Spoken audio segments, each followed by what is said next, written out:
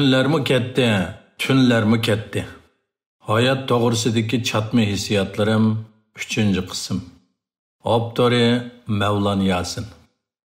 Tarixdan buyon insonlar qurilish binokorligi bo'lgan barliq xiyol tasavvurlardagi chek to'salg'ularni bo'sib o'tib, tasavvurdan halqagan imorat qurilishlarni barliqqa keltirdi. Qad ko'tarib turgan egiz imoratlar va daryo dengizlardan halqib o'tgan hayvatli ko'riklardan tortib g'oyat zo'r dambalag'icha yangilik yaratish va loyihalashdagi bu iqtidorlar bizning yashash, xizmat va sayohat usulimizni tubdan o'zgartirdi. Bu qurilish karomatlarining har biri texnikada bo'sish hosil qilib, murakkab masalalarni hal qilib, dunyoga mangulik ta'sir qoldirdi. Amerikadagi Las Vegas xalq ichida qimor shahar deb atalgan. Lekin injenerlar buni qurilish ilmi sohasida piramida, Sadichin sepili, Panama kanali, Buri Khalifa, Erkinlik haykali, xalqaro olam punkti qatorliqlarning sepida o'rin olgan yana bir injener karomati deb ta'riflashadi.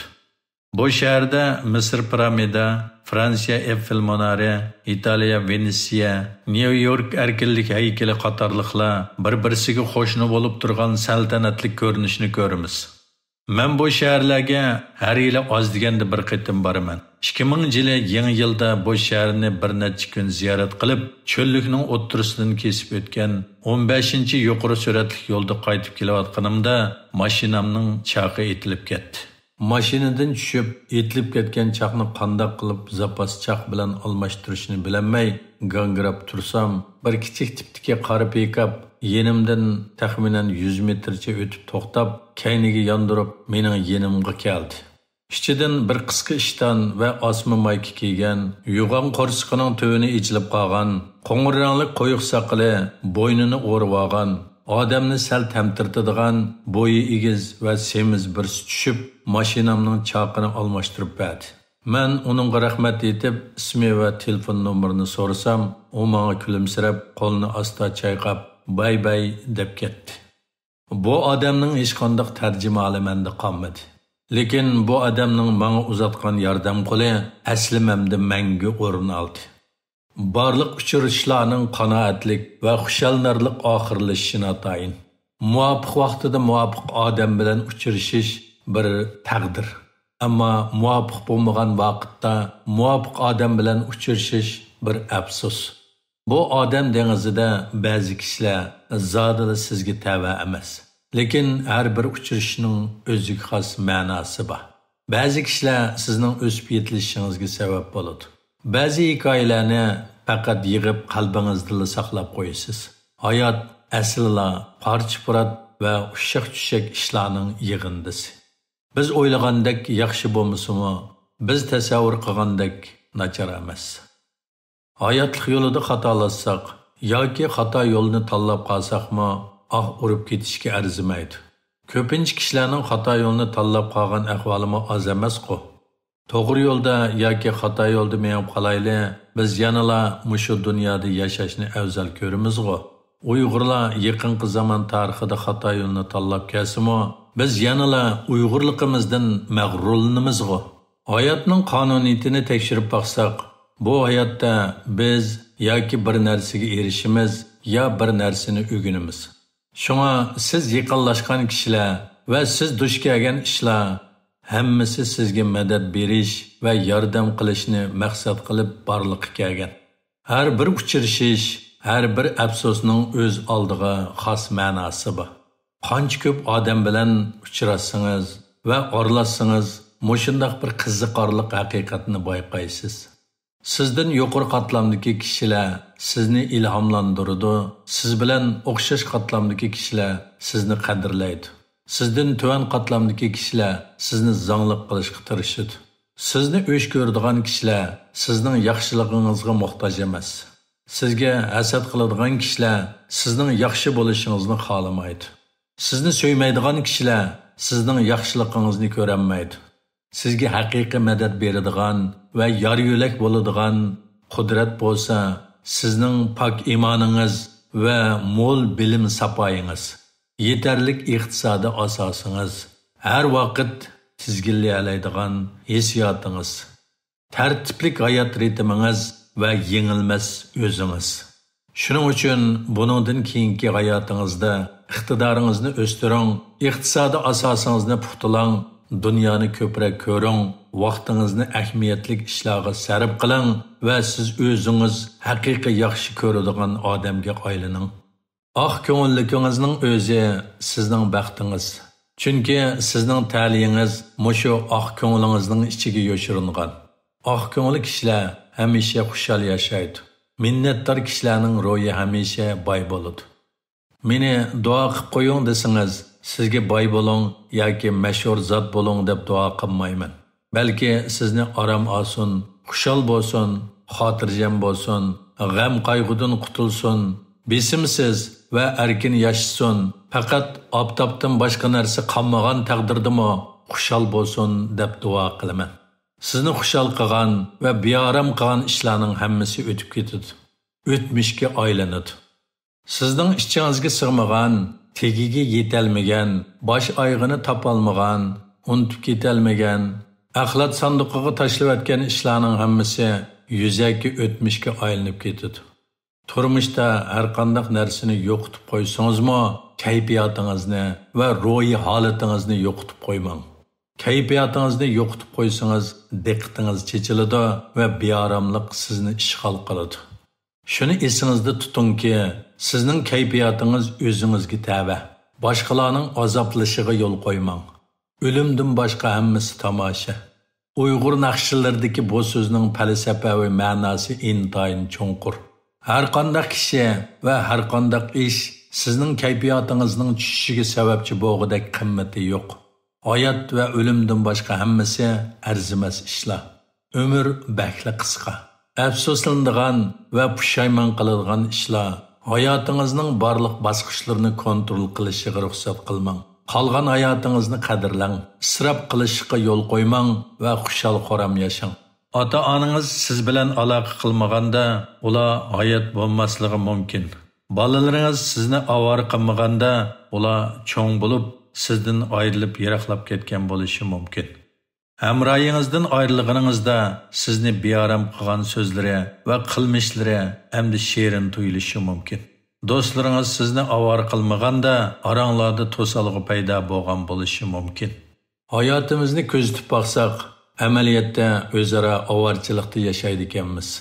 Ovorchilikda masalalarni hal qiladi ekanmiz. O'zimiz boshqalarga sog'an ovorchilik va boshqalar o'zimizga sog'an ovorchilik orqali munosabatimizni va hissiyotimizni tangshaydi ekanmiz. Qimmatimizni ko'rsatadi ekanmiz. Mana bu bo'lsa hayot. Meni ovor qilganlarni qadrlayman. Men ovorchilik sog'an odamlarga minnatdor bo'laman. Qolgan hayotimiz uzun bo'lmasligi mumkin. Qayta uchrashmasligimiz mumkin. Shuning uchun buningdan keyingi hayotimizning har bir qadamini yaxshi asrab, atrofimizdagi kishilarni qadrlaylik. Kishilar doim ochko'zlik va to'ymaslikda xushalligini yo'qotadi. Aldirash va urush azobida salomatlikdan ayriladi. Shubhilik va fitna-fasod qurbonida ishonchini mahrum qiladi. Talash-tortish ziddiyatlarda do'stlik bilan vidolashadi. Hamma odamning o'ziga xos turmush usuli bo'ladi. Boshqalarning hayotini ko'chirishning hech bir hojati yo'q. Ba'zilar qarmoqqa noati yaxshi hayot kechirayotgandek qiladi. Ammo bularning yolg'iz o'ltirib va karvatda yetib, qanchalik yosh to'kkanligini kim biladi? Ba'zilar qarmoqqa noati mushkul ahvolga qolgandek qiladi. Ammo amaliyotda ular g'amsiz va baxtli turmush kechirayotganligini kim his qiladi? Baxtlikning o'lchamlik javobi yo'q. Xushallikmi nurg'un shaklda aniqlanadi. Boshqalarning hayotidan havas qiladigan va hasadxo'rlik qiladigan ko'zingizni yig'ib olib, o'zingizning qalbi dunyoyingizga quloq soling. Siz yoqtiradigan kunlar bu dunyodagi eng yaxshi kunlar. Sizning ko'nglingizga orom akagan turmush usuli bu dunyodagi eng yaxshi usul. Bilmayla biz qeyrib ketyapmiz. Salomatlik muhim. Charchaganda orom eling. Doim tunimang. Uyqungiz kelganda uxlang. Pulni tejayman deb qiynalmang. Ko'nglingiz tartgan narsani yeng. ömür bəklə qısqa. Көзні yumup aşkıca ahırlaşıdı. Bir piyalı çayını içip boğuca, ças saqılığınızға aq kirib, yüzlərgi qoruq yanmışışqa başlaydı. Yaxşı nərslərini keyinki günge saqlab yürməng. Ticelgen nərsələr sizni faqat qabri aldığıla uzutub qoyudu. Bir adamның o'ttirchi ömrü 30 ming kun. Qancha kunni yashab bo'ldingiz, yana qancha kun yashaysiz? Shuning uchun bu dunyoda yo'qitib qo'yamdimkin deb ansiraydigan narsa yo'q. Barliq nachar kayfiyat va odatlarni tashlang. Qo'rqinchaqliq va tashvishdan qutuling. Har bir odam o'z oldiga bir sayyora. Urug' tuqqanlar, jo'r hamrolar, do'st birodarlar hammasi birlashib sizning samon yo'lingizni hosil qiladi. Yo'lduzlar tushidi, orbitlar o'zgaradi. Balkim bugun ko'rganlarni qayta ko'rolmasligimiz mumkin. Sizning bu dunyodagi har bir kuningiz bir erishish va bir muvaffaqiyat. Notonish kishilarning minnatdorligi bo'lsin, yegan bir tal shokolad bo'lsin, ichgan bir piyola choy bo'lsin, sizga bergan bir samimiy salom bo'lsin, sizga turilgan bir jup qo'shuvmi yoki ko'z bo'lsin, sizni sagaklashtiradigan bir ig'iz so'z bo'lsin, bularning hammasi bu dunyo sizga beg'ishlagan shon-sharaf. Bularning hammasi sizni faqat qabr oldig'icha uzitib qo'ya oladi.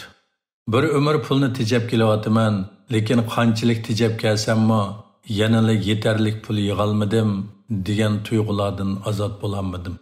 Bir umr nurg'un yo'lsiz ishlarga bardoshlik berib, haqliq ishlardan voz kechib, yo'q narsalardan ansirab, menga qilgan ziyonkashliklarni kechirim qilib, har vaqt ehtiyot bilan yashasammi, yanada nurg'un kishilarni ranjitibdiman.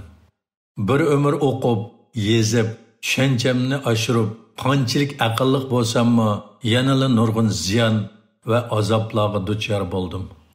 Ömrümni uyg'onish, pishib yetilish va o'sib yetilish bilan o'tkazgan bo'lsammi, qanchalik kamtar va salmoq bo'lsammi, yanada bir muncha pushaymonlar tarjima holimga yezilibdi. Kaynimga qaraydigan bo'lsam, qiyirgan va zaif chiroy, tadrijiy cho'ngayotgan yosh, maydani qizitgan kislotadan boshqa zodi nima menga tava? Haqiqiy hayot nimalardan tarkib topgan deb o'ylab qolaman. Turmushdagi achchiq va azobdan qutulish tez ekan.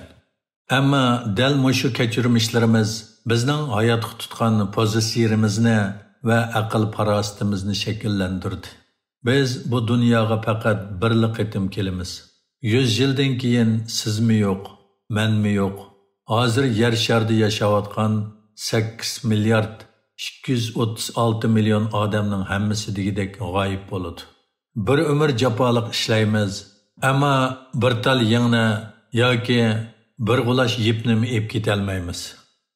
Bir umr kimlargadir yoki nimalargadir johillik qilamiz. Ammo har qanday muhabbat, o'chmanlik, shafqat, hissiyot, adovatlarni ilib ketolmaymiz. Shundoq ko'p narsalarga erishganda qilamiz. Yashanganimizda orqamizga qarab baqsaq, bu hayotda qo'shish emas, elish amalidan boshqa narsa yo'q ekan. Biz hisoblagan qo'shish amali g'oyibona manzillardan boshqa narsa emas ekan. Ba'zi yo'llarning oxiriga borganda ondan uning adashmoq ekanligini his qilamiz.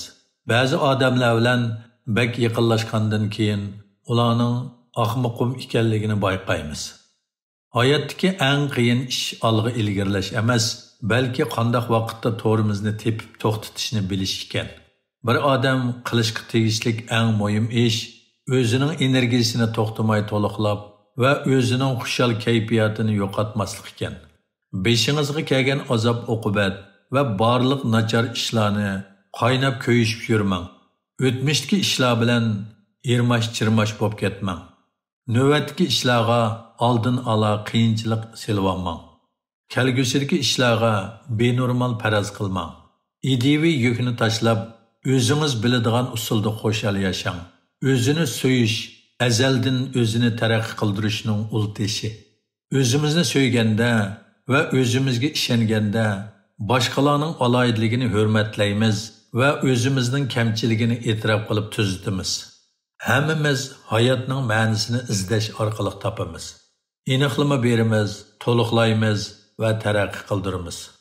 Oq ko'ngil bilan muhabbat bizga haqsiz kelgan. Allah bizni bu dunyoga pok avatgan. Lekin oq ko'ngilni tuvan bag'i setish barliq balo qazoning manbasi. Oq ko'ngilning tig' uchi yo'qab ketsa, boshqalarning nazarida bir xohlagancha bo'zaq qilinadigan nodonga aylanib qolamiz. Ikki jumhuriyatning halok bo'lishi buning tipik misoli. O'tmishdagi barliq azob oqibatlar o'zimizning oq ko'ngilligiga xiyonat qilishdan kelgan.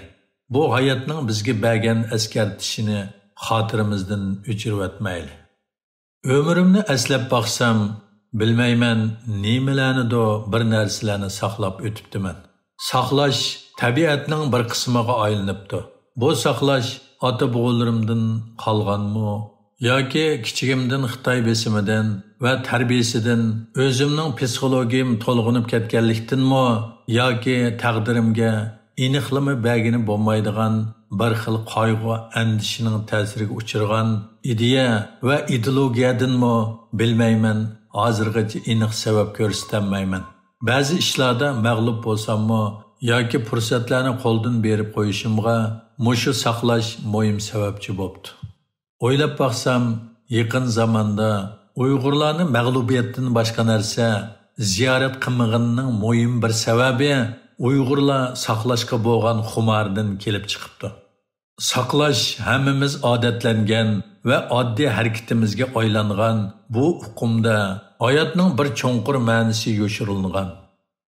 Saqlash degan bu so'z, bu hukm, bu arvoh kundalik turmushimizda yenik va erkin mavjudligini yo'qotmay kelyotadi. Lekin ehtiyotsizlikdan bu hayotimizdagi kishanga aylanishi mumkin. Shundaqla orzu, fursat va taqdirimizni bizdan yiroqlashtirishi mumkin. Hayot saqlab turmaydi. Saqlashning ma'nodash so'zi bo'lsa, hayotni behuda o'tkazmak. Hayot saqlashning zarbasiga bardoshlik berolmaydi. Vaqt hech kimni saqlayolmaydi. Saqlash ko'p vaqtlarda hayotni behuda qilib tashlaydi. Eng yaxshi bo'lgan ahvoldami pushaymon tenimizning har bir organlardan nolini qo'yib berdi. Saqlash degan bizni bag'uzur patqiga patirib qo'ydigan bir xil qiltaq. U fursatni to'ydirmay bizdan ep ketidi va bizning orzularimizni g'uvolashtirib etadi. Hayotning aldirashchiligida atrofimizdagi kishilarning mavjudligiga sal qaraymiz. Hayotimizni o'zgartiradigan tasodifiy uchrashishlarga e'tiborsiz qaraymiz. Biz hamma narsa tayyor bo'lguncha saqlagan vaqtimizda balkim bir qitim paydo bo'lgan taqdir allaqachon bizdan jimjit ayrilib, qop-quruq pushaymonni qoldirib ketishi mumkin. Amaliyot saqlash orqali erishgan narsa asosan pushaymondan boshqa narsa emas. Saqlash faqat reallikdan o'zini ep qetishning bir usuli. Ammo reallik hech kimni saqlamaydi. Saqlash jarayonida biz fursatni qo'ldan berib qo'ymay, hatto hayotga bo'lgan muhabbatimizni va orzuyimizni amalga oshirishni tangli yo'qotib qo'yishimiz mumkin. Ikki jumhuriyatning halok bo'lishi buning ulgu misoli. Hayotning go'zalligi uni astoydil va aktivlik bilan qo'g'lash, saqlash bilan o'tkazish emas. Davomi bor.